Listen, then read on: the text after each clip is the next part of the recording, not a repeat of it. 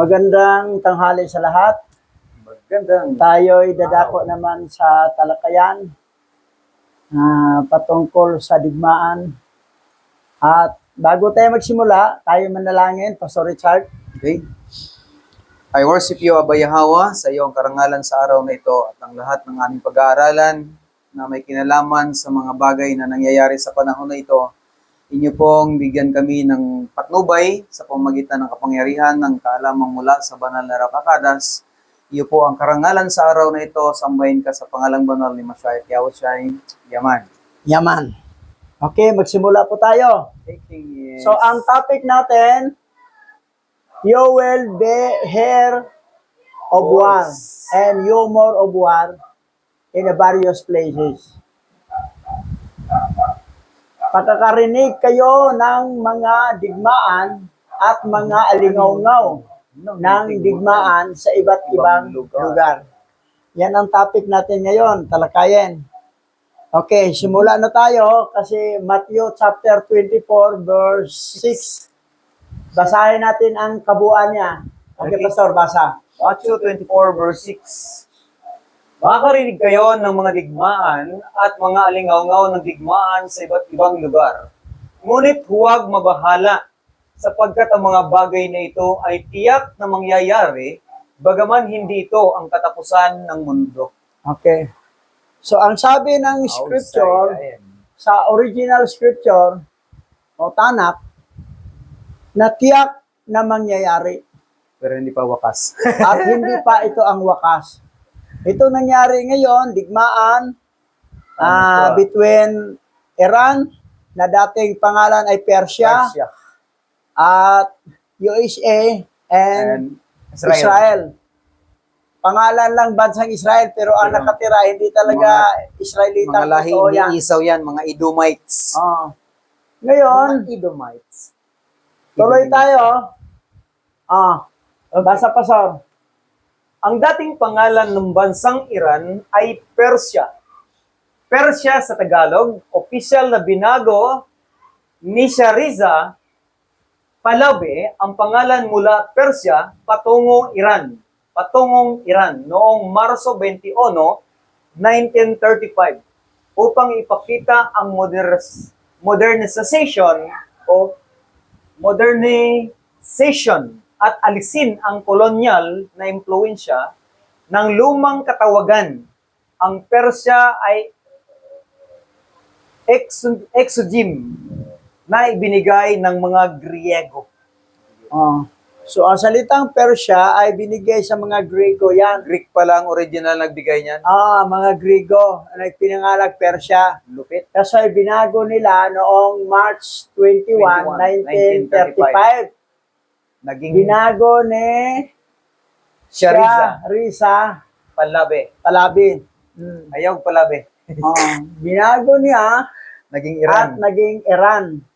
Ang dating pangalan ay Persya. Kasi ang nagpapangalang Persya ay mga taga-Grigo. Mahigpit na kalaban itong taga-Grigo. Kaya pala ayaw nilang manatili sa Persya. May kinalaman po kasi sa God of Greek to eh. Si Percy Jackson, yung Percy, God yun, si Percy. Isa sa anak yan ni Zeus. Si Persy. Si Percy. Yung Persya. Alam naman ng Iran ngayon, Islam country na eh. So ayaw nila, walang ridolto, walang idolatry ang Islam.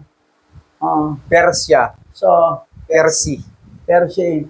Anak yan, isa sa anak ni Zeus yan. So ngayon, Iran ang pangalan. Ngayon, digmaan sa Iran versus Israel. Itong flag ng Israel, ito yung logo nilang star. Ayan. Tingnan mo to, ito si Netanyahu. Itong logo nila, ito tinatawag to na Synagogue of Satan. Ayan, mga sinagoga ni Satanas. Bakit nga? Synagogue of Satan. Kasi itong logo na ito ay 666. Paano mapatunayan? Dalawang triangle yan. 6 point. Yung point niya, 1, 2, 3, 4, 5, 6. Ngayon, ang triangle naman niya, 1, 2, 3, 4, 5, 6. 6 na triangle. Ang side naman niya, 1, 2, 3, 4, 5, 6. Oh, 6 na side. So, 666. So, Halos may kinalaman ang talaga sa Israel marketplace. ngayon, na bansang Israel, ay hindi talaga mga Hebrew-Israelite ang nakatira. Kundi ito yung mga huwad na tinatawag sila mga synagogue-usitan. In other words, sinaguga ni Satanas sa pagka-English yan ay Church of Satan. O sa Tagalog, simbahan ni Satanas. Yari. Yan. Matindi. Edom. Sila yung mga lahi ni Edom. Edom. Sila yung lahi ni Esau na anak ng fallen angel na si Mastima na naging Satanas. Ito, ano to, Pastor? Kazar. Romans. Roma. Askinas. Askinas. Ito sila. Ito si Trump. Ito si Netanyahu. Ito si Rothschild. Yan. Sila yon mga lahi ni Esau na ang tatay nila ay si Mastima na fallen angel na naging Satanas. Hillary Clinton yun, no? Edomites. Edom kasi ang palayaw ni Esau eh. Edom, medyo raid. Edomites pala si Hillary Clinton. Ito? Hmm. Sila mga... ito si ano? Asawa ni Bill Clinton yan. Ito si Clinton. Sila yon mga... Basta lahat ng totoong USA. Hindi yung Native American kasi ang Native American ay Lahi ni tribe of God yun sila. Hebrew Israelite. Pero ito sila galing kasi ito sila sa sa England Sila yung mga lahi ni Esau. Sila yon. Ang iba na galing sa Germany. So yon. Tingnan natin, patunayan natin na hindi tayo nagbibintang, mabasa ba talaga sa original scripture na si Mastima ang tatay ni Esau. Basa. Genesis chapter 25, verse 28. Higit na minamahal ni Isaac si Esau dahil hindi niya alam na si Esau ay anak ni Mastima, ang nahulog na anghel. At nasisiyahan siyang kumain ng kanyang ipinangangaso habang si Rebecca ay mas mahal si Jacob. Ito si Isaac, akala kasi niya, anak niya si Esau. Lalo na sa pangangaso, may makuhang ay niluto siya. Medyo nasarapan siya. Mas mahal niya si Esau, pero hindi niya alam, hindi naman niya talaga anak tunay yun. na anak. Kumbaga, kambal si Esau at saka si Isaac, magkaiba ang tatay. Ang tawag doon, chimera. Chimera, sa isang sinupupunan ng ina, ni Rebecca, pero magkaiba ang tatay. Lupit, Kambal. no? May nangyari palang ganun. Chimera ang tawag doon. Okay, tuloy tayo. Basa. Matthew chapter 24, verse 7. Maglalaban ang mga bansa at maglalaban ang mga kaharian sa isa't isa. Magkakaroon ng tagutom at lindol sa iba't ibang lugar. Marami na tayo naranasan yan. Dito sa Pilipinas, may tagutom na. Dahil nangyari sa baha. Ilang taon na nangyari.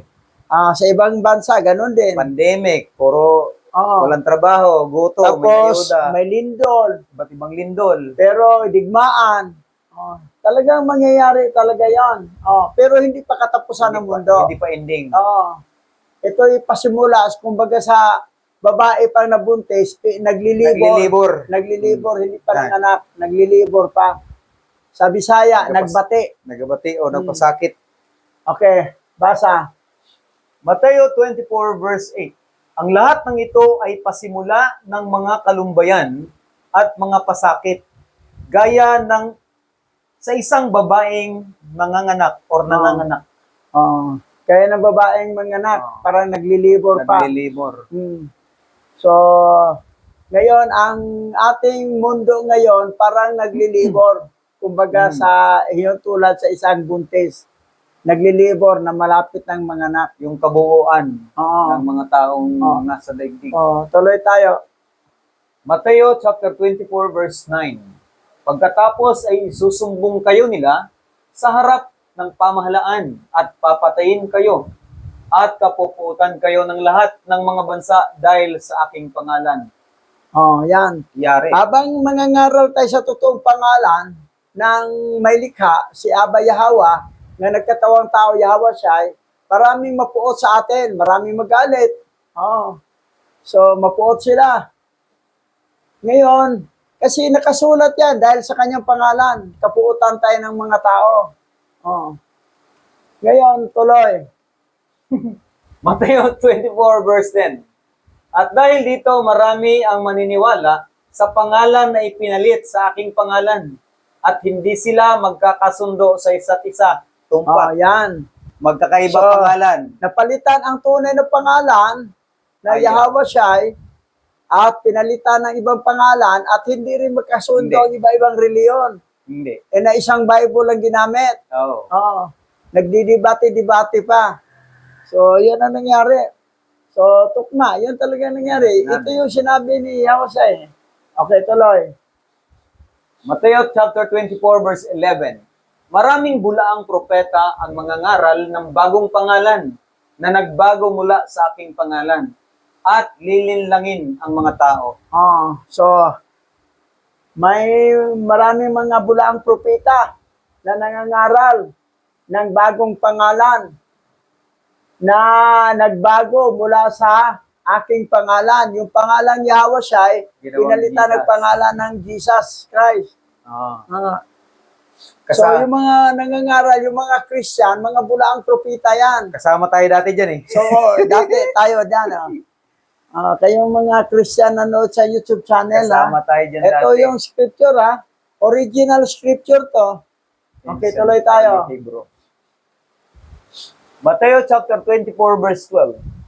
Ang kasamaan ng mga tao ay lalago at ang pag-ibig ng marami ay lalamig. So, Oh, lalago no. talaga ang kasamaan. Kasi dito, Las Pilipinas, ang dami ng mga buhaya dito. So, At saka kasi sobra, nakawa na ang ginagawa eh. at saka sobra ngayon ang sistema, Bishop, ng batas. Yung mga nare-rape, na useless ang katarungan.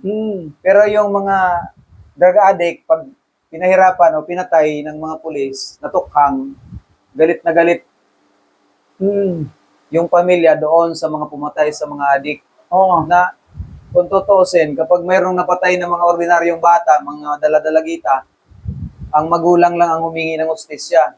Parang ang simpatiya niya, mas maaluan pa yung mga taong So, nagiging tama dahilan yung ng sinabi kapamakan. na ang Oo, kasamaan tama ay ito. lumaganap.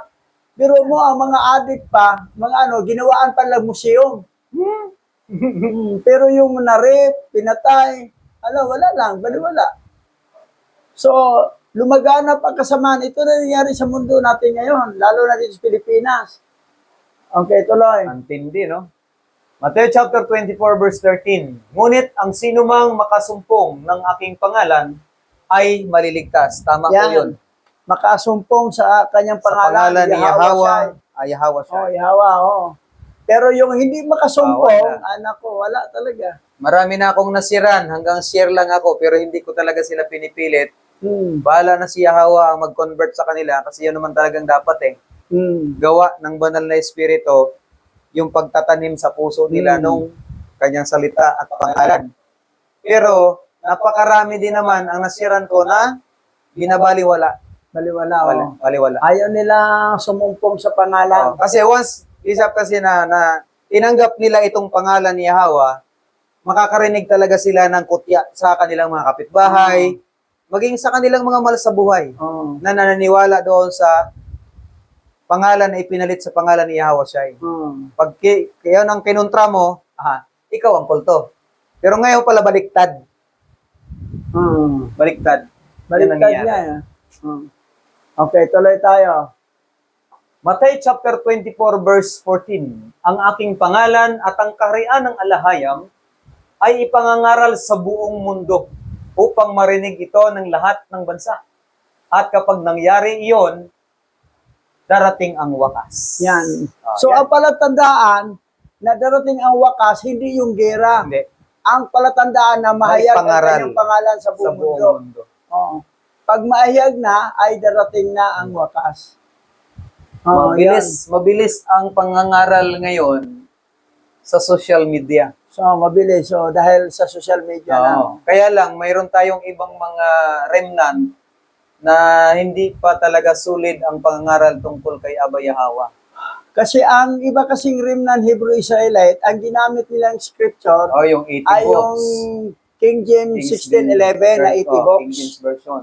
Ayaw nilang gumamit sa original scripture kasi ang kanila kasing pagdududa ay yung galing sa Ethiopia, mga GIS, mga Ethiopian dialogue yan. Hindi naman totoo yan eh.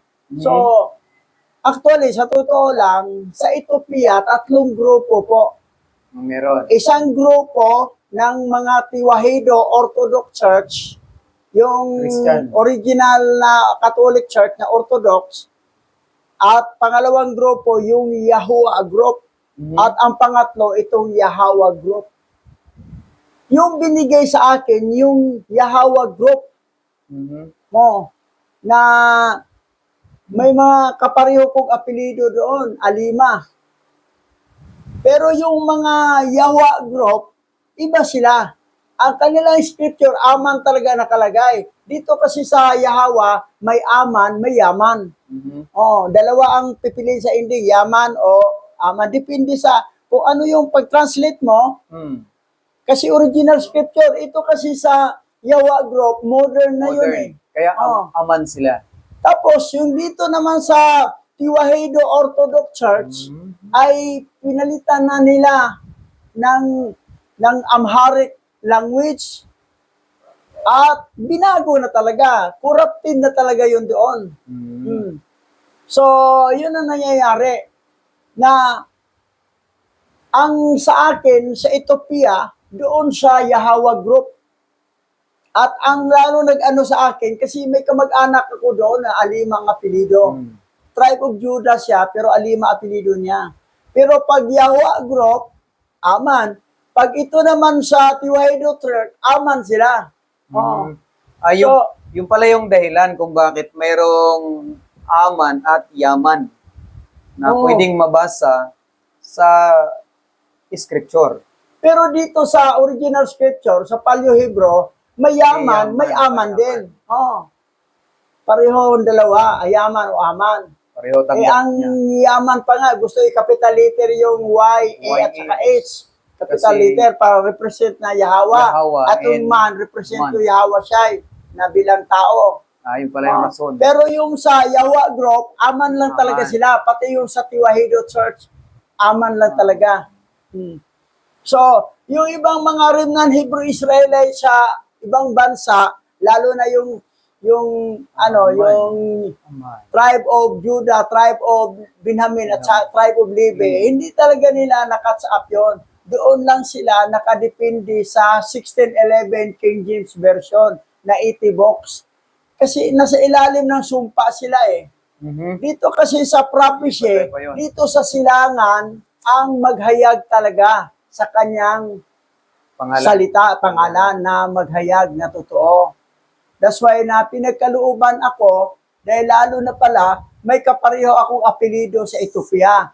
Pero kung magtanong kayo doon kayo matanong sa Yahuwah group o sa Orthodox Tiwahedo Church, aman talagang isabihin nila, ayaw nila sa yaman.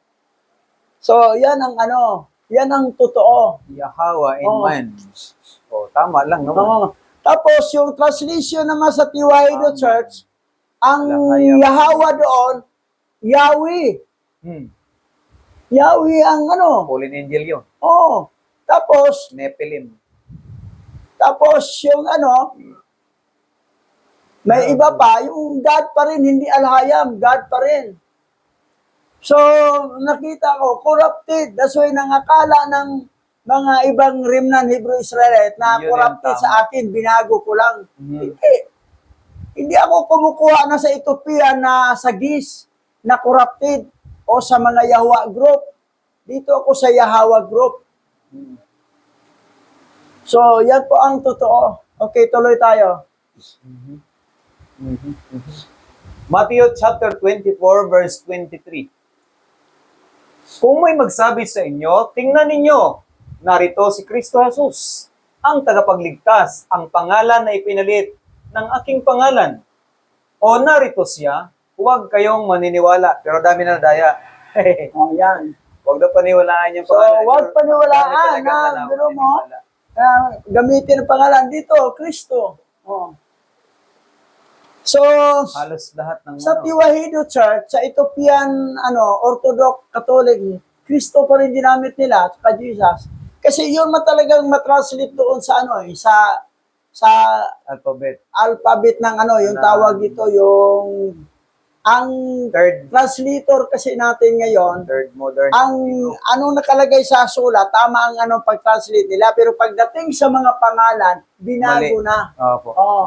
Ang Yahweh nga, minsan Yahweh, minsan Jehovah. Oh. Yahuwah. Oh. Yahuwah. Tapos, ang Yahweh siya nga, minsan Jesus, minsan Joshua. Joshua. Yun ang lalabas sa translation sa Google, Yahushua. Oh. Yahushua. Pero kung basahin mo ang literal talagang mabasa sa Hebrew, Yahweh siya Mhm. Hindi Joshua, hindi Jesus. At saka hindi Kristo, Masyayak. So, yan. Okay, tuloy tayo. Marami talagang tinago. Matthew chapter 24 verse 24, sapagkat may mga bulaang propeta ni Jesucristo na nagsasalita ng mga kasinungalingan. Maging ang mga nangangaral ng kasinungalingan, nagpapakita sila ng mga kamangha-manghang himala at kababalaghan ay kalulugod ng marami. At marami ang nalinlang, maging ang mga pinili ng alahayam. Tested. So, maraming nalinglang. At ang pinili ng alahayam na mga bulaang propeta. Sino to? Yung mga Christian pastor, bishop. Sila ang nangangaral sa pangalan ni Jesucristo. Kahit ito naman, Ethiopian Bible, sa Orthodox to Tiwahido Church, corrupted din ito. Corrupted din. Kitranslate like English.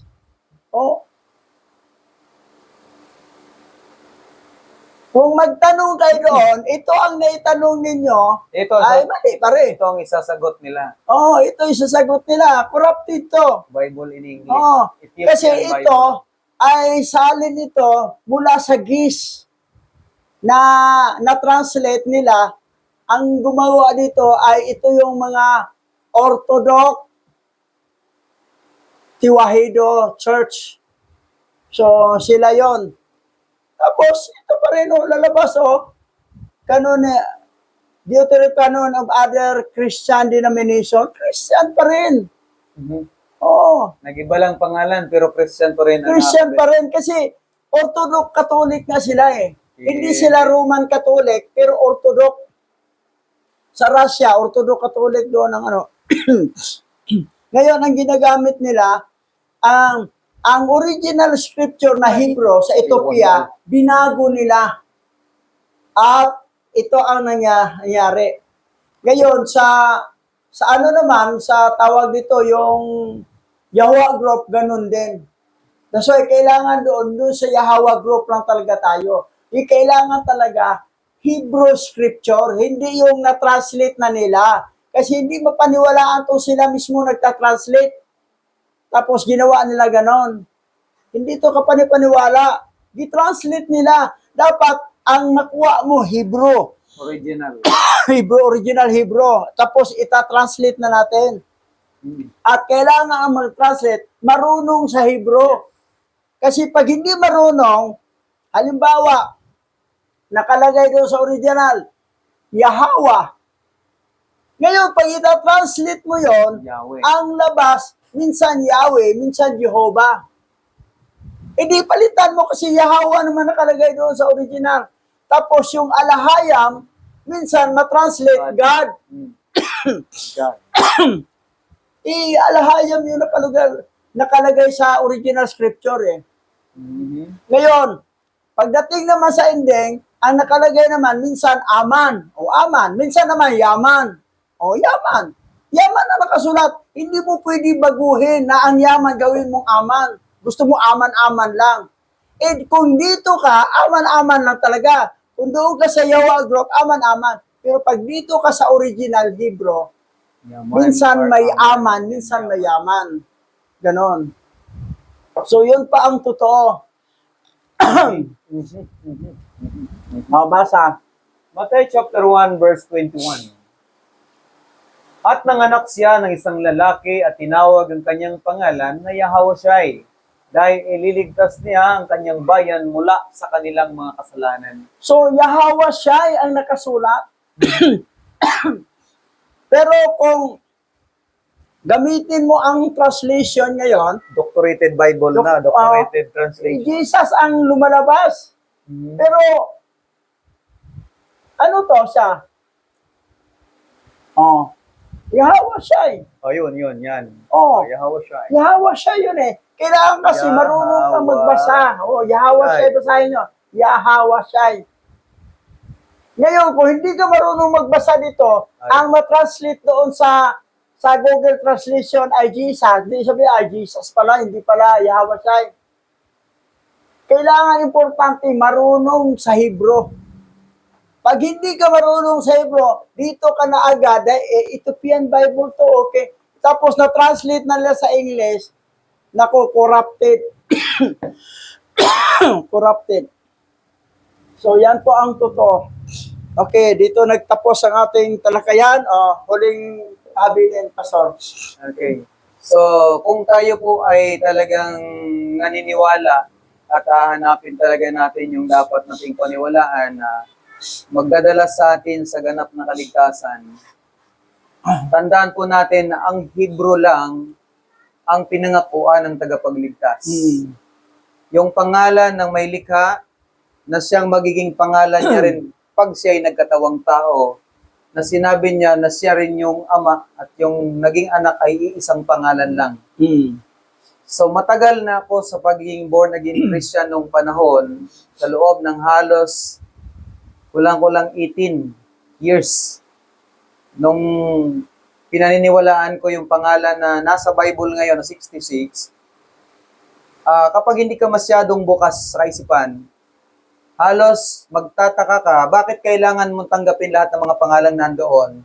At napakarami nila. God, Lord, Panginoon, Jesus, Diyos, Elohim, Yahweh, Jehovah, ang dami nila, no?